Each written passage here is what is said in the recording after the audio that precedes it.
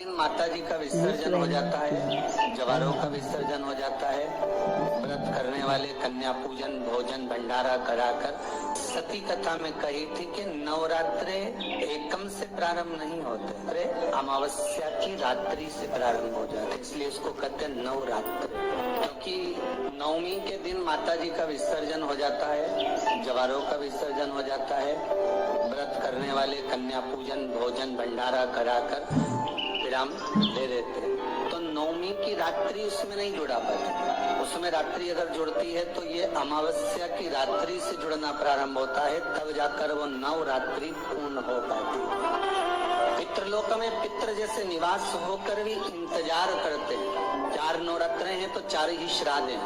आज मौनी अमावस्या है, श्राद्ध का विराम हो जाता है और कथा अर्थात नवरात्र प्रारंभ हो जाते हैं दूसरे दिन। तो यहाँ शास्त्र कह रहा है जैसे हमें प्रतीक्षा रहती है कोई अच्छे कार्य की, कि घर में कोई शुभ कार्य हो, घर में कोई अच्छा आयोजन हो तो अपने को आनंद होगा, प्रसन्नता होगी। उसी तरह हमारे जो पूर्वज चले गए, जो पूर्वज चाहे वो अधोगति में गए हो, चाहे वो देवगति में गए हो, चाहे वो पितृलोक में निवास कर रहे हो, तो जितने भी पितृलोक में निवास करने वाले पूर्वज होते हैं वो भी ये विचार करते हैं कि हमारे घर के वंश द्वारा, हमारे वंशजों द्वारा कोई ऐसा सत्कर्म हो जिससे हमारे जीवन की वितृप्ति हो और हमें आनंद की अनुभूति हो। और ध्यान दीजिएगा महाराज, आपको चैत्री नवरात्र का स्मरण होगा, आपको शरदी नवरात्र का स्मरण होगा, पर जो आषाढ़ में और माघ में जो नवरात्रे पढ़ते हैं इसका एक आनंद ही दूसरा रहता है। बस इतना जरूर होता है कि दुनिया के लोग वो जो 2 नवरात्रे होते हैं उसमें कलश की स्थापना भी करते हैं, देवी का पूजन भी करते हैं, अर्चना भी करते हैं, मंदिरों में भीड़ भी रहती है और वो प्रेम से माता का जगराता वगैरह सब होता है। पर ये जो नवरात्रे हैं 2 गुप्त नवरात्रे, इनका लोगों को स्मरण नहीं था। वो तो धीरे धीरे ये टीवी चैनल के माध्यम से कथाकारों ने, वक्ताओं ने स्मरण कराना जब चालू करा, धीरे धीरे बताना, मार्गदर्शन करना जब चालू करा, तब लोगों को ज्ञात होता गया कि कोई गुप्त नवरात्रा भी होता है, उसमें भी देवी की आराधना होती। ये 4 नवरात्रे अलग अलग अवस्था के हैं, अलग अलग सुख के हैं और अलग अलग आनंद के हैं। आपके घर में पितृदोष है, आपको ऐसा महसूस होता है, तो किसी भी नवरात्रि के पहले जो अमावस्या पड़ती है, जिस दिन अमावस्या रहे उस दिन चावल की कटोरी में एक कपूर का टुकड़ा रख दीजिए, छोटा सा, और कपूर का टुकड़ा रखकर उस कपूर को दरवाजे के बाहर कटोरी में ही, चावल रखी हुई कटोरी में ही उसको पितरों का स्मरण कर जला दीजिए।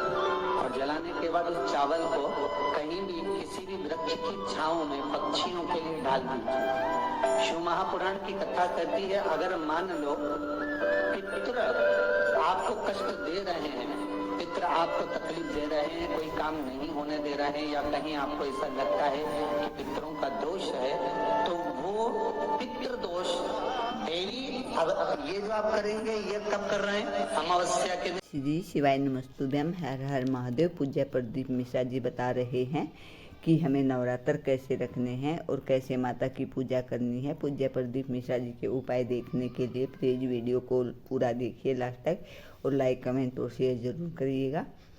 श्री शिवाय नमस्तुभ्यम। अब ये जो आप करेंगे ये कब कर रहे हैं? अमावस्या के दिन आप उसको रख रहे हैं। अमावस्या के दिन उसको रखकर रात भर आपने रखा कपूर के साथ में, सुबह एकम पड़ गई, नवरात्रि लग गई, उसी दिन उसको जलाकर आपने पटक दिया। अर्थात उससे देवी और पितृ इन दोनों का आशीर्वाद जो प्राप्त होता है, तो घर में से पितृदोष समाप्त होकर लक्ष्मी की वृद्धि प्रारंभ हो जाती है, कार्य में सिद्धता आ जाती है। और नवरात्रि में भी देवी की आराधना का एक स्मरण का सुख है महाराज। ज्योत का विधान है, नवरात्रि में देवी की ज्योत लगती है, अखंड ज्योति लगती है, जवारे बुआए जाते हैं, कलश के यहाँ दिया अखंड जलाया जाता है। अगर वो दिए की लो, दिए की बाती अगर दक्षिण दिशा की होती है तो उसके घर में साल भर में एक घात जरूर होती है। जो दिया अखंड जलता है उसकी बाती का मुख दक्षिण का नहीं होना चाहिए। अगर आपने देवी भागवत का स्मरण करा हो, देवी भागवत को अगर सुना हो देवी भागवत में स्पष्ट किया गया कि पूर्व की ओर मुख करा हुआ दिया, अर्थात पूर्व की ओर ज्योत जो जलाई जाती है वो संपदा की वृद्धि करती है। पश्चिम की ओर मुख कर कर जो ज्योत लगाई जाती है महाराज वो वैभव को देती है, और उत्तर की ओर जो मुख कर कर ज्योत जलाई जाती है, उत्तर की ओर जो ज्योत का मुख रहता है वो आयु की वृद्धि करती है, घर में अकाल मौत को रोकती है। दक्षिण की ओर ज्योत ना लगाएं, अगर आपको लगाना है पूरब की लगाएं, पश्चिम की लगाएं या उत्तर की लगाएं। और जितने दिन महारानी जगदम्बा जगत धात्री दुर्गा भवन चैत्र नवरात्रि में, शरदी नवरात्रि में, आषाढ़ी नवरात्रि में, आदिक पौष नवरात्रि में हम जगत जननी जगदम्बा की जब स्थापना करते हैं, या हम नूतन घर का प्रवेश करते हैं, या गणेश जी की स्थापना करते हैं, या कोई दुकान को प्रवेश करते हैं, या कोई शुभ कार्य करने के लिए अग्रण्य होते हैं, तो हम कलश की स्थापना क्यों करते? कलश के अंदर आखिर ऐसा क्या विराजमान है कि 33 कोटि देवता उस कलश के अंदर आकर बैठ जाते हैं? आप कोई यज्ञ करने जा रहे हो, आप कोई पोथी पुराण करने जा रहे हो, आप कोई अच्छा कार्य करने जा रहे हो, तो ब्राह्मण देवता कह देते कलश की स्थापना होगी, कलश की शोभा यात्रा निकलेगी, कलश यात्रा निकलेगी, कलश विराजमान होगा।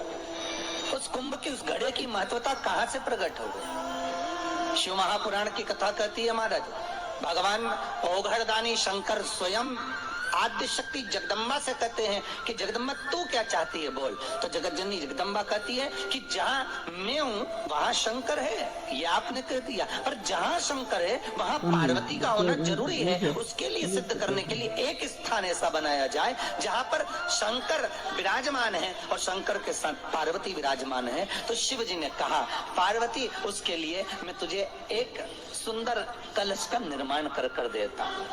अष्टमी के दिन कन्याओं का भोजन कराओ या नवमी के दिन कन्याओं का भोजन कराओ। पर देवी भागवत तो कहती है, देवी भागवत तो वर्णन करती है कि पहले नवरात्रि से लेकर नवमी तिथि तक जितने दिन देवी के होते हैं, प्रत्येक दिन में आप किसी भी दिन कन्याओं का भोजन करा सकते हो, पहली रात्रि से लेकर, पहला दिन से लेकर। पर 90 दिन तो सुबेरे पूजन करके, यज्ञ करके, अनुष्ठान करके देवी को विसर्जन कर दिया, फिर नवरात्रि पूर्ण कैसे? नवरात्रि की पूर्णता होती है अमावस्या की रात से गिनी जाती है। कौन से दिन से गिनते हैं? अमावस्या की रात्रि, फिर एकम की रात्रि, फिर दूज की रात्रि, ऐसे गिनते गिनते अष्टमी की रात्रि तक और नवमी के दिन सुबह तक या दोपहर तक या शाम तक, जब तक आप यज्ञ ना करें तब तक ये 9 रात्रियां पूर्ण गिनी जाती है महाराज देवी भागवत के हिसाब से पूर्णता।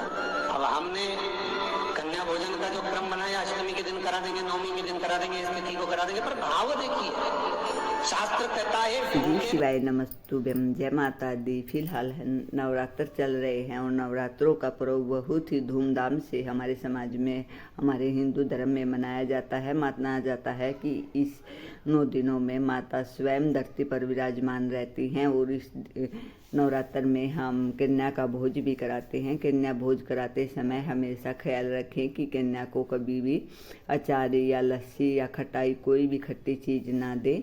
उन्हें गुड़, चना, केला या कोई दक्षिणा या हलवा और खीर, हमें ये भोजन कन्या को खिलाना चाहिए, जिससे माता लक्ष्मी और माता शेरावाली प्रसन्न होती है और हमें वरदान देती है। कन्या पूजन के समय हमेशा ख्याल रखें, पहले घर में आते ही कन्या के चरण धोने चाहिए हमें शुद्ध पानी से, और फिर उन्हें स्वच्छासन पर बिठाना चाहिए। फिर स्वच्छासन पर बिठाने के बाद उन्हें कन्या भोज कराना चाहिए। जो भी हमें अपने घर में श्रद्धा से और हमारी औकात के अंदर हो उतना ही बनाकर खिलाए और प्रेम से खिलाए। इससे माता बहुत प्रसन्न होती है और हमें आशीर्वाद देती है।